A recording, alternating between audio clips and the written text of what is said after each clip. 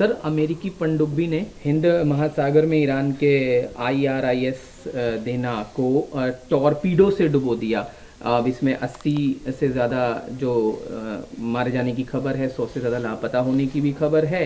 और उधर ईरान ने भी इतनी के समुद्र, दूर समुद्र में किया गया।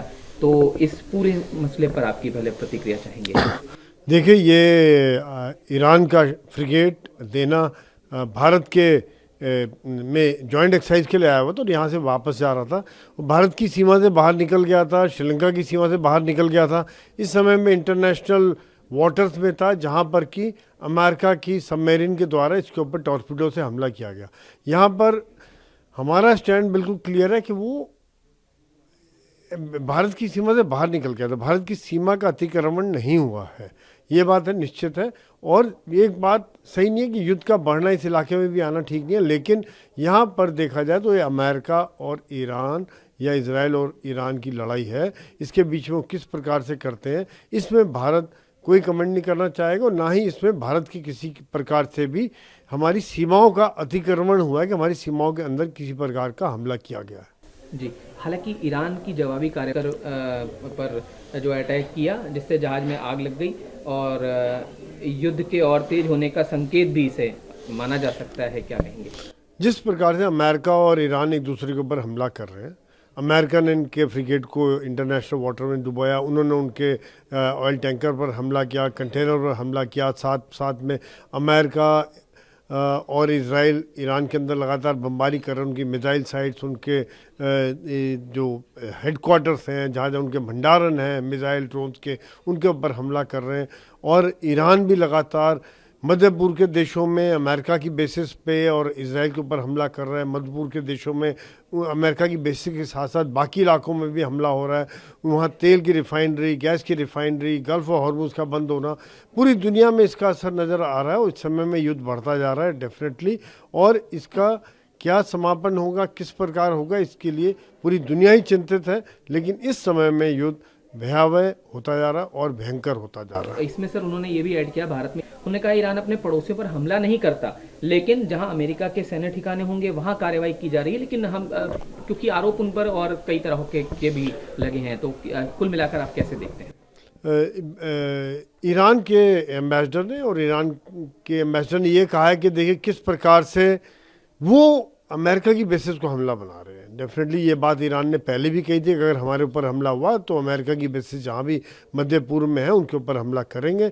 लेकिन उन अमेरिका की बेसिस पर हमला होने के साथ साथ मध्य पूर्व की एसेट्स पर भी हमला हो रहा है, इनके इंफ्रास्ट्रक्चर पर हमला हो रहा है, उनकी रिफाइनरीज पर हमला हो रहा है, उनके गैस प्लांट पर हमला हो रहा है, गल्फ और हॉर्मुज़ बंद कर दिया गया। तो इसका असर पूरे मध्य पूर्व के देशों पर पड़ रहा है, जिसके कारण से उनकी आपस में उन्होंने इसके बारे में बात भी किया है, ईरान को चेताया भी है और ईरान के फॉरेन मिनिस्टर भी उनसे बात कर रहे हैं। तो ये ईरान का स्टैंड है, ये ईरान की स्ट्रैटेजी है जो उन्होंने पहले बताई हुई थी। हालांकि मैं ये कहता हूँ कि आयतुल्ला खुमानी की मौत के बाद या उनकी टॉप लीडर्स की मृत्यु के बाद भी ये उसी स्ट्रैटेजी पर काम कर रहे हैं, क्योंकि उन्होंने कमांड कंट्रोल डिस्पर्स कर दिया, लेकिन वो उसी स्ट्रैटेजी पर काम करते जा रहे हैं, जिसका असर पूरी दुनिया पर पड़ रहा है। इस बीच क्योंकि ये भी जानकारी है कि अमेरिका ने मिनटमैन 3 मिसाइल का टेस्ट कैलिफोर्निया के वेंडरबर्ग में भी किया गया है, परमाणु क्षमता वाली है, तो इसको कैसे देखते हैं सर संकेत? तो इस समय में देखा जाए तो ऐसे टेंशन वाला माहौल,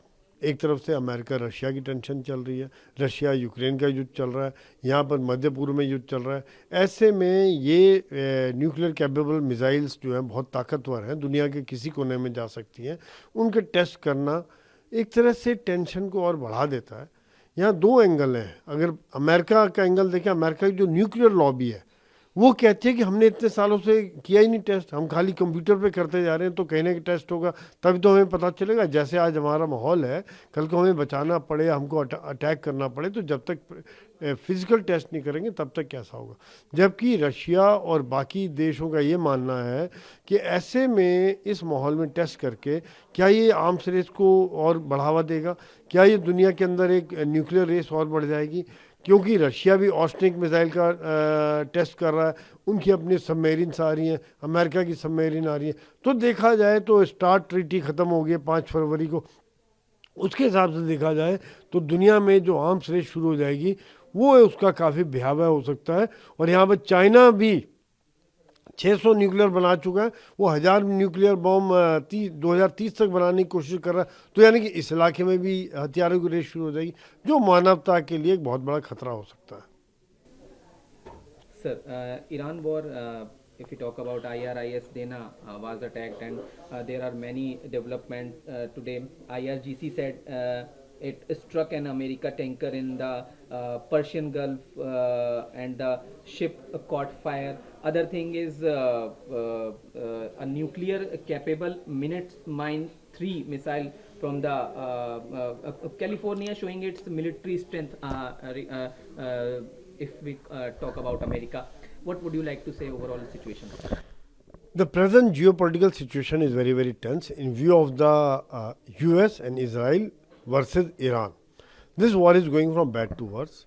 The thing is, a recent incident of drowning of frigate, Iran's frigate Dena in the international water after it was going, after doing exercise with India. Though India has nothing to do, and this was attacked outside in the international water. So the things have spread to this area, widen all over the world, that they are attacking each other. Iran has also attacked their tanker in Gulf or Persia, and attacks are going on. Both the Israel and America are attacking Iranian assets inside Iran, all over Iran. Then Iran is attacking Israel and Middle East countries where they are attacking American bases, and as a collateral damage, lot of attacks are taking place in the infrastructure assets of Middle East countries, their refineries, their gas plant. The Gulf of Hormuz is closed. The impact is being felt across the globe. The oil prices are rising. The inflation is going to go up. The countries are putting pressure on America that to stop the war. China has spoken to many heads of Middle East countries. They are also telling them to put pressure on America to stop the war.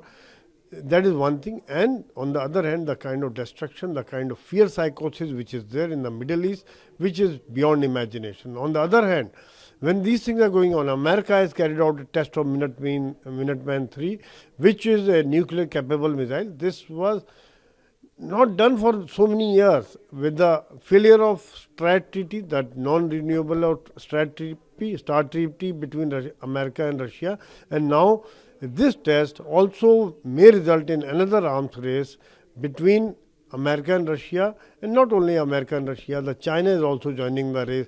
They are also increasing their nuclear stockpile. They are planning to take it to 1,000 nuclear warheads by 2030. So what will happen to the humanity? What will happen to the mankind? That remains a big question, and I think sanity has to prevail between superpowers, and some peace has to return. The whole world is watching for that. Also, your reaction on Iranian ambassador to India. He said we don't target our country, but we target American assets. What about it? As far as Iranian attacks in Middle East countries is concerned, the one viewpoint was that they have spoiled their relationship with the Middle East countries. However, the Iran's foreign minister has spoken to most of the heads of Middle East countries, and their ambassador in India has also made a statement that they are attacking only American bases in Middle East, and they are not targeting Middle East countries.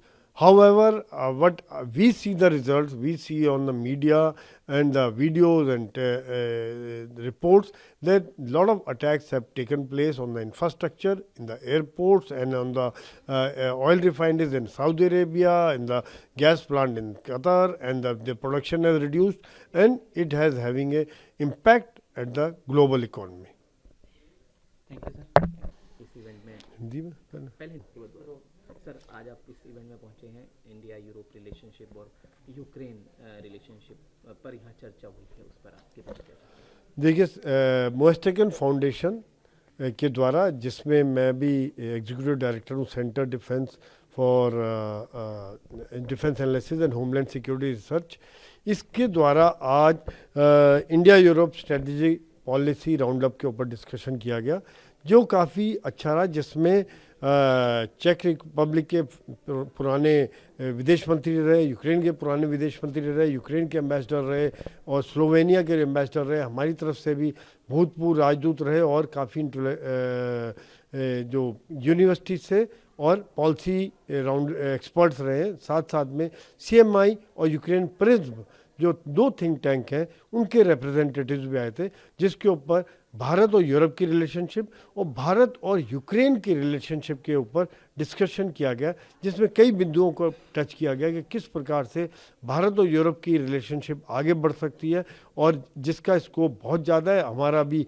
Free trade agreement हुआ है Europe के साथ, जो एक mother of all deed कहा जाता है, और साथ साथ में जो भारत और यूरोप जो है, एक चाहे वो ट्रेड हो, चाहे भरोसा हो, चाहे हमारा इन्वेस्टमेंट हो, चाहे हमारी दोस्ती हो, चाहे डिफेंस हो, सिक्योरिटी हो, अनेकों क्षेत्रों में साथ आगे बढ़ सकते हैं, जिसके ऊपर चर्चा हुई। और भारत और यूक्रेन के बारे में भी चर्चा हुई कि भारत और यूक्रेन में बहुत स्कोप है व्यापार को और बाकी जो कॉपरेशन को आगे बढ़ाने में, जिसमें अभी भी काम किया जाना बाकी है, क्योंकि यूक्रेन चाहता है कि हमारी भारत के साथ दोस्ती बढ़े, जिसके बारे में बताया गया कि यूक्रेन को भारत में भरोसा करना पड़ेगा, भारत को यूक्रेन में भरोसा करना पड़ेगा।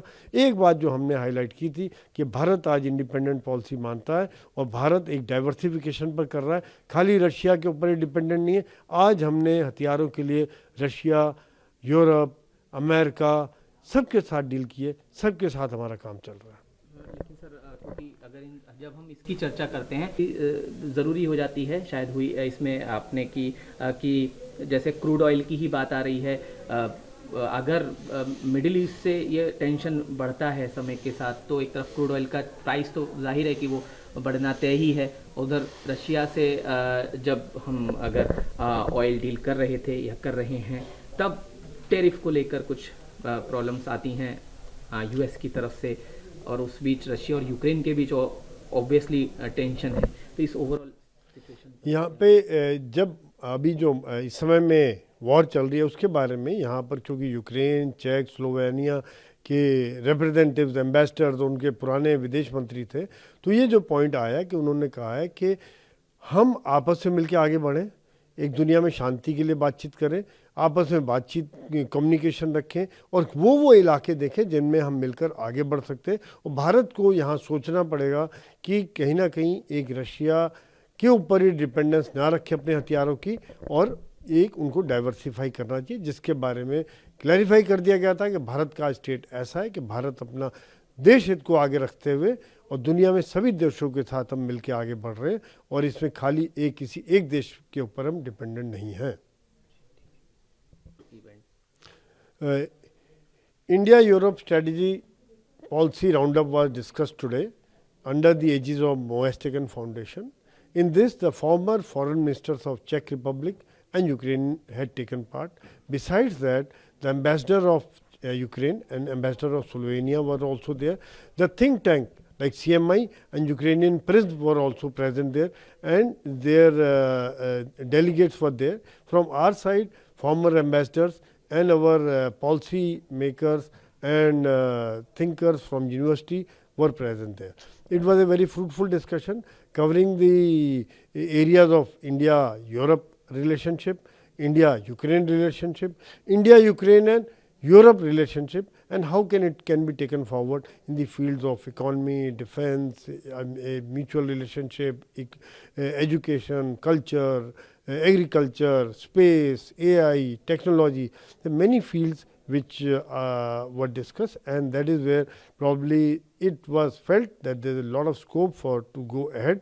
India has already signed a FTA with a European Union, so it will take some time for it to be finally signed, because it has to go through the 27 countries have to endorse it, and then it may take about 1 year.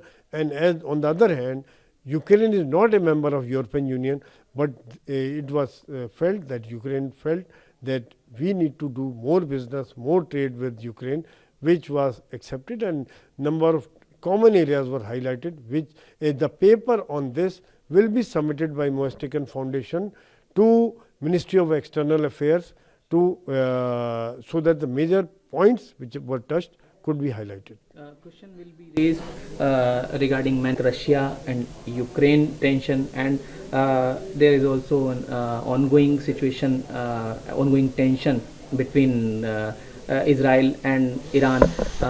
What would you mention on? The issue of Russia and Ukraine war was discussed, and since they were ambassadors and former ministers from Czech Republic, Ukraine and Slovenia was there, they felt that probably India need to reduce its dependence on Russia and also diversify its trade and other businesses, which was definitely accepted. And we said that since India is already working on diversification, we are earlier our defense dependency on Russia was 70%, it is now reduced to 32 to 35%.